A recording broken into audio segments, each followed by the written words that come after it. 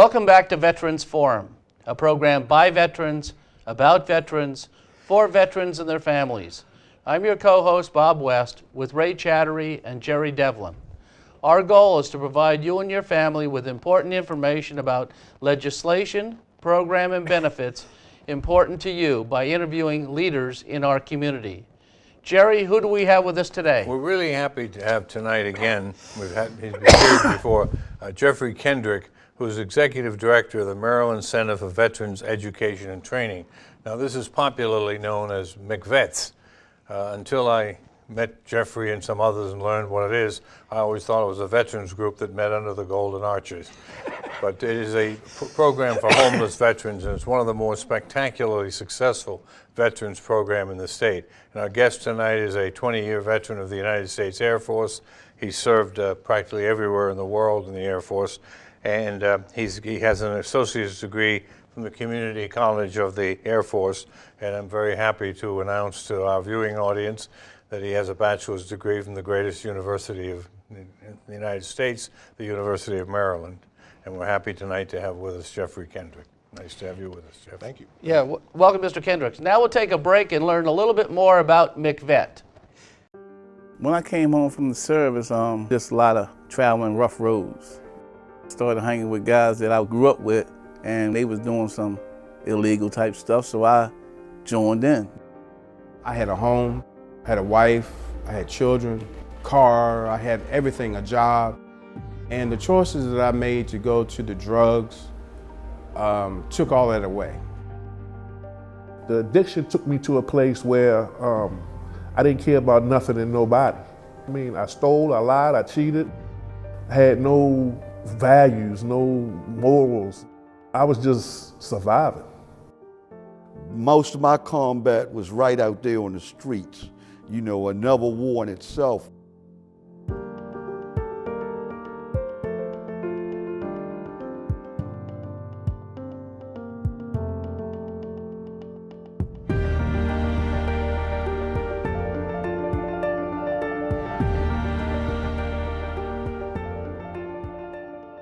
There's got to be a place. There has to be an area where services can be provided for men and women who have served in the military. There's only one.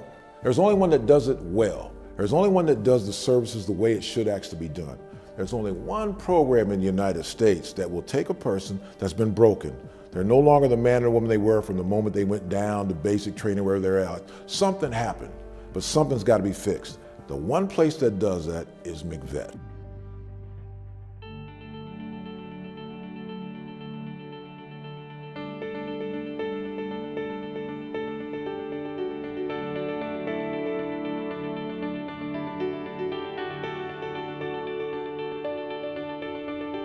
It was a guy that was a former resident of this facility.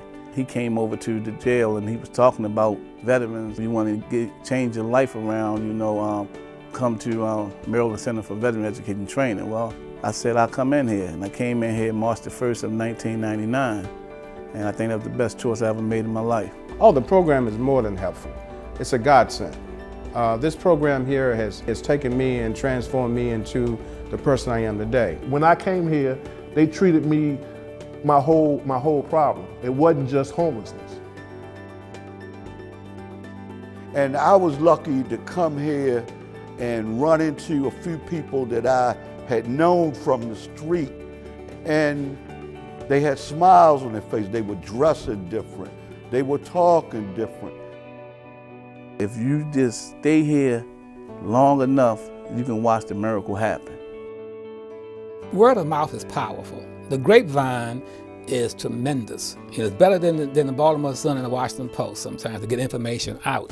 So we've had people who have been in our program and gone back to live in their respective communities. And they see people and they tell people, look, you know, why don't you go? Been here now for 20 years, and nobody does it as well as we do. Nobody applies themselves like the staff does. Nobody has 9,000 veterans who have come through our doors that are living testimonials to the service that is done here. In the military, we become like family. And that old saying, we have each other back. You know, there's always someone there that you can talk with because you're sharing the same experience. You wake up one day and guess what? You out on the streets, you out of the military. Homeless veteran to me is oxymoron. There should not be homeless connected with the name veteran. Someone doesn't just decide to become homeless. Something happens, whether it be drugs or alcohol or some kind of abuse or PTSD, something happens. Homelessness is not something that is exclusive to one race, one religion, one age group. Wartime is extremely difficult. And for someone to have experienced what they've seen, what they were involved in, a lot of times they can't even talk about it when they return home, and all this gets pinned up, and then it manifests itself as mental health issues. Because we find out homeless veterans been out the street, surviving, fending for themselves, and so we bring them back into a structure that they knew. Understand, McVet is not an easy program. It's structured. There's a lot that goes into this program. Up at 5:30, chow at a certain time, details, going to school, going to work. Nobody's allowed to just hang out here. Sometimes you just lay down in the bed and just go to sleep because you're tired, because it's a long day. The main criteria this program offered me was the structure itself, because I had none. I came from a lifestyle outside these gates.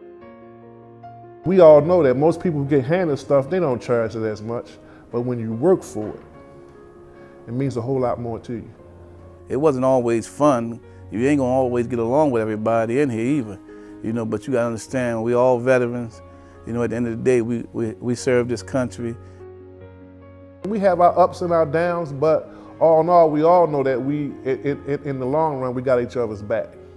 You was in the trenches together. You gotta have a bond. You're around them more than you're around your family. That's a bond, it's a brotherhood, so it don't matter what branch you was in, it's a bond there.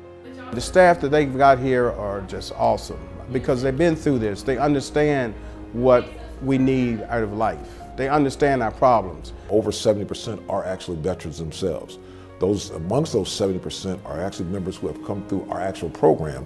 So we actually have staff members who are veterans, and we have other members of our staff who are former students within our program. And so we know the road that they have traveled. We know the sacrifices they've made for this country. It's awesome to see them interact and to see the alumni teach and help the current students and say, look, you can do it. Look at me. I made it. Everything started here for me, so that's why I always come back here. I'm almost down here so much people think that I'm still here. We come here, we have a place to stay, we have food on the table. See, because now you have a chance to work on yourself. Okay, you don't have to worry about paying rent. You don't have to worry about finding where your meal is going to come from. These things are given to you by McVet. So all you have to concentrate on is yourself. It was a mission that we had to make sure that we reached out and got those female veterans the same type of services that we offered our male veterans.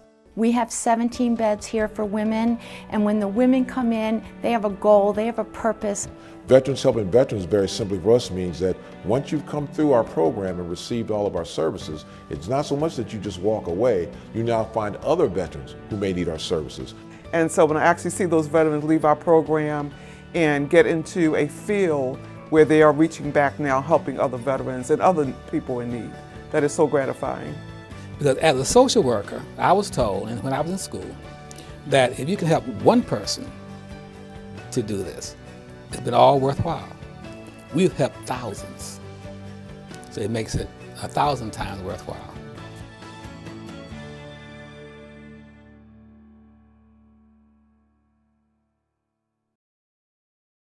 So Jeff, tell us a little bit about what our viewers have just reviewed.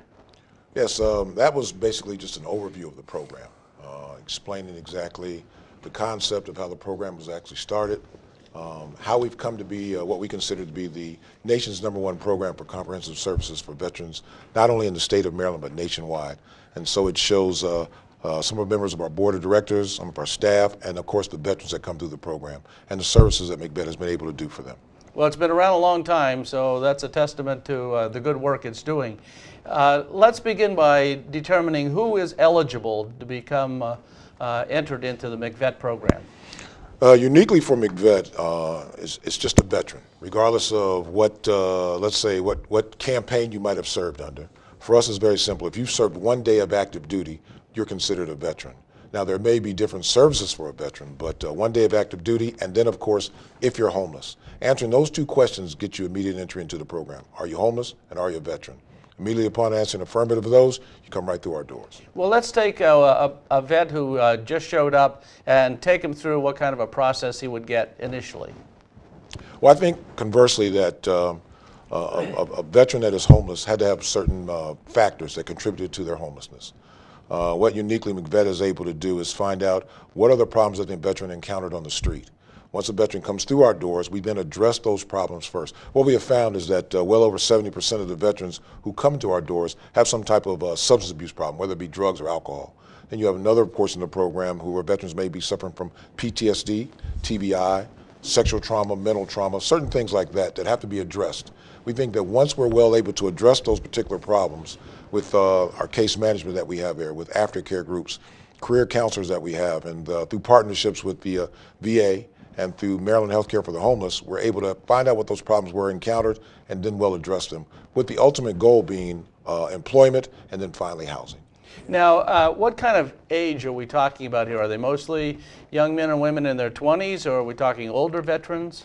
The population has changed somewhat. We still have a few, and I'd say if we looked at the total population, less than 30% of our veterans are now from the Vietnam era. Many of the veterans we have now are coming through for the latest campaigns. We just did a survey, and we found out that the average age for us now is in the late 20s to, starts in the late 20s up to about 40. But centralized, it's usually about mid-30s that most of our veterans are right now. Now, initially, of course, it was a male program, and we're having more and more women serve on active duty. Are you seeing any women come through the program?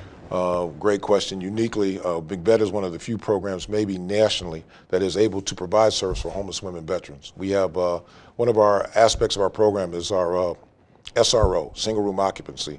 We have 18 individual rooms for homeless women veterans who will come through our doors.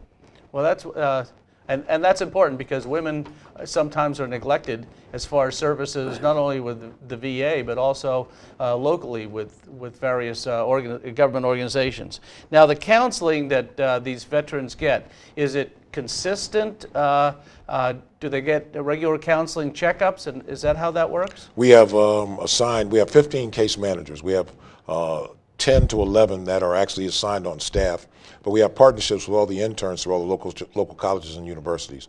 All veterans that come in our program are required to meet with their case manager at least once a week. Well, that's really important to make sure they're focused and moving forward in the plan. Now, I understand there's different levels within McVet. There's an entry level, and then they're given a little bit more freedom as they learn and get into the program. A military structured program that does have different phases, 249 beds in the total facility. The first phase of our program is called our emergency shelter, or we call First Platoon, based on the military structure we have set up, where a veteran would stay with us for 72 to 90 days. Orientation to the program, because of our zero tolerance portion of our program, where a veteran really starts to buy into the program itself. After the 72 to 90 days, the veteran then goes into transitional housing. We have an additional 150 beds there. And then, and only then in transitional housing, will we then identify the veteran with a brand new case manager who will set them up for either further education, job opportunities, and maybe reunification with their families. Now, Jerry, we talked a lot about Veterans Court as it was moving through the legislature. And Jeff had been mentioning before the show that it had started in Baltimore. Right. Can you give us like the background? One of the that? purposes of the Veterans Court is to use to refer people to appropriate social service agencies. And in Baltimore, which is a little different than us, as Jeff said a few moments ago, McVet's is an obvious place. But I had a question or comment. You simply require people you serve to have been veterans, regardless of the quality of their discharge. Exactly. And that's one of the unique things about our service. We provide based on your character of service, whether it be honorable or dishonorable, general and honorable conditions. We still will bring a veteran into our program. That's what, I always wondered, before I talk to people like McVet's, that something happened to people after they get out of the service, and then, you know, but on the other hand, I think you're probably dealing with people whose problems had deep roots in the service. Sure, sure. And, you know, and for the most part, veterans, if they get discharged with, you know, less than honorable conditions, they have problems. And your program is uniquely designed to help them too. And you know, this is incredibly, to me, important. Well, and not only important, but we all know, based on our military careers, that you can just have that one bad day while you served in the service, and that can result in a less than honorable discharge. Right. Which can be a strike against a veteran when they're trying to make themselves marketable in the job market. Uniquely, McVet's recently signed into a partnership with the Baltimore School of Law, where we have lawyers that are working for us pro bono that are actually working with veterans who have less than honorable discharges to work for discharge upgrades. That's the second mention of my other alma mater, the University of Baltimore Law School. So I want to thank you on behalf of the Terrapins and the UB. Yeah, two questions, Joe. Sure. Now, you said single room occupancy. Now, you know, there's a lot of veterans out there, male and female, specifically female, that has a family. Mm-hmm. Now, they can't come to McVet, can they? Unfortunately, no. We've found that if there is a service criteria that McVet is lacking in providing service for, it would be that we have homeless women veterans who have family members, or homeless veterans males who have the family members, and we're not able to provide service for them. So actually, that's something we're looking for, trying to expand our services going forward into the future, is to be able to provide service for that homeless veteran who has a family. And as we talked before, while we were killing some time earlier, and we have the Veterans Court in Prince George's County, but the one in Baltimore is a little different and unique. We'll just go into that in more detail. Well, it's not as sophisticated as the Prince George's County Veterans Court. So we have a Veterans Court docket. Okay. And so, and based on the type of offense a veteran has committed, which usually are minor in nature, they will appear before a magistrate, and the magistrate gives them the option of either serving some type of, maybe pay a fine, maybe spend some minor jail time, or the other option is to come to a program similar to McVet. We think it's very, very noteworthy that our organization can be singled out by the judge right there on the spot to say, you have the option of either entering into this penalty phase, or you can go to a program like McVet. I think you just touched a few moments ago something that's very different from the service today. They're far less tolerant. We were, when I was in the Marine Corps, you had the guys with 4 hash marks who were privates, and then they got busted and went up. Now it's you know, like drunkenness is kind of a zero tolerance in the service. So people with substance abuse, it's wonderful that they have a group like McVet's that can deal with that, because that's the problem. It is a problem, and it's something that has to be addressed. We've been very fortunate in the fact that with our zero tolerance program, to be able to provide not only on-site counseling, but we also sponsor Narcotics Anonymous and Alcoholics Anonymous meetings that are housed right at McVet and are held every night on our facility. Now, one thing that I know is near and dear to your heart is we can have some of our viewers that would like to maybe make a donation to McVet, and then you also have a big fundraiser coming up. We do. Our major fundraiser, actually, and this year it'll be our 21st annual McVet 5K, 10K walk run. And when I say walk run, because when you start to get up in age like a guy like me, you're not able to run anymore. So I just come out and walk, take a leisurely stroll. But what we have is an annual event that we do through downtown Baltimore. It's always on Memorial Day weekend. We average between, last year we had a high of about 780 runners. Our goal this year is for 1,000 runners to come out. And the fundraising aspect of the race is that, and something that should be known, out of every dollar, 70 cents out of every dollar that goes into McVet's organization are actually put into the operations that go back to the actual veterans themselves. So there's not many organizations that can actually say that. So we're looking forward, once again, this year to holding our 21st annual, May the 29th. And so we invite the general public and anyone else to come out, meet people within the organization, and actually come out and have a really good time. Now, is there some sort of a phone number or application process? Do you do that online? You can do that by going to our website, which is www.mcvet.org. But if you want to call our phone number, it's as listed. It's 410-576-9626, and all you've got to do is hit the prompt to speak to an operator, and then you'll be directed to a person, most likely one of our marketing people, that will assist you in registering for the race. We'll make sure that information scrolls at the end of the program. Okay. We were talking about Veterans Court, and just so there's some clarification, we're talking about relatively minor offenses. Yes. We're not talking about major crimes. Right. That's a Alcohol major use- misconception in the program. What you said, that is, you're not referring murderers and rapists. They're people that are disorderly conduct and kind of things that people with substance abuse kind of do, petty theft, those kind of things. Because sometimes people worry about that question, and I'm glad you raised that point, Bob, that you are dealing with in the scale of things. I mean, if you're accused of theft under $100, to you that's very serious, but it's not the same thing as murder or rape or. And you have 200 and how many beds up there? 249. And how many are occupied now? Current population is about 165, which kind of fluctuates for us during the change of the weather. When it's much colder, our numbers tend to go up. When it starts to get warmer, some guys may decide, and when I say guys, I mean men or women, have decided that maybe although the program does meet their needs, the weather is more inviting.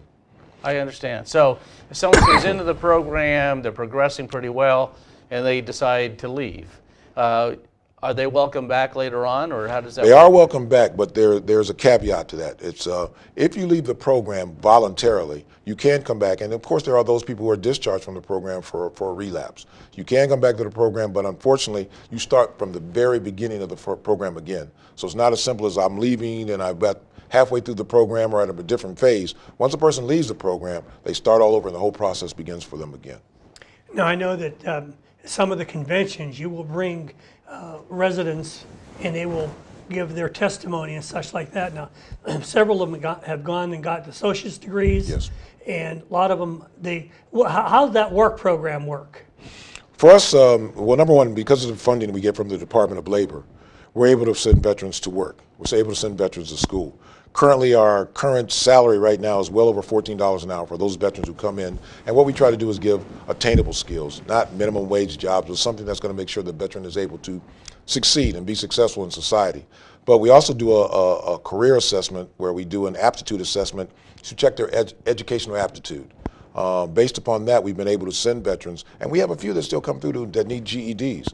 But for those veterans that are interested, we can send them to school for their college, 2-year degrees, 4-year degrees. And we've had even a couple of veterans come through, remember now, being homeless, that have ended up with their doctorates. That's incredible. It is incredible. It's a great tribute to your program. Can I bring up one point? Because we touched on it lightly when we talked about the Veterans Court docket and the part that we have, those veterans that commit minor offenses. We've started with an outreach team now that is actually reaching out to those veterans that are incarcerated. We've been very surprised to find that there's a strong group of veterans incarcerated in some of our penal institutions that upon release are looking for a program, a place to go to be able to turn their life around. And I'm proud to say that we have started to see, based on our labors of going to some of the penal institutions within the state, veterans come through our doors and actually not only come through the doors, but do quite well within the confines of the program. Well, as I said earlier, I like the idea that it's a hand up. It's not a handout. Yes. And they have to work and meet goals as they go through your program. I think that's great. Now, are there also technical training programs too, besides going to college or something? There are. There's a lot of need for skilled technicians. Believe it or not, two recently that we did was a solar panel installation. That we signed a contract with a company that has brought many of our veterans on, and they're doing solar panel installation. They're technically trained within a 4-month program, and luckily what I've always stressed that it's not as much that a company can come through and offer us technical training, they've got to guarantee employment at the end result of that. So we've been very fortunate to do that, and now we just signed a contract with another company that's doing electric car chargers installation. That they are strategically placing throughout the state. So we're having veterans that are being trained on how to install electric car chargers strategically throughout the state, which is going to give them a viable position and a vocation that will last them for years to come. Now, did the companies come to you, or did you do an outreach to them? It kind of works both ways. What I'll do is I have a team on our staff that will actually go out and meet employers where they're at, but at the same time we are aggressively going out and advertising through programs such as this. Through our website and Facebook page, but we have employers, so it's kind of like a revolving door. Employers come to us and we go to employers just to seek out those type of vocations. That's an amazing program about the success story and how they take care of veterans in a unique way that, as you said, Jerry, sort of takes care of those veterans that may not have gotten an honorable discharge. And you're absolutely correct. If you don't get an honorable discharge, there's a lot of things that just simply aren't available to you at all. When a lot of these people simply need some help and some structure probably to overcome that. I think that's a incredible plus. Are there any other programs like yours in other states? I'm going to toot my own horn. Sure. And just say, as far as we know, there are programs that have, let's say, some of the services that we have. But are they all encompassed in one facility, 110,000 square feet facility, where a man or woman can come in and stay with us for up to a 2-year period?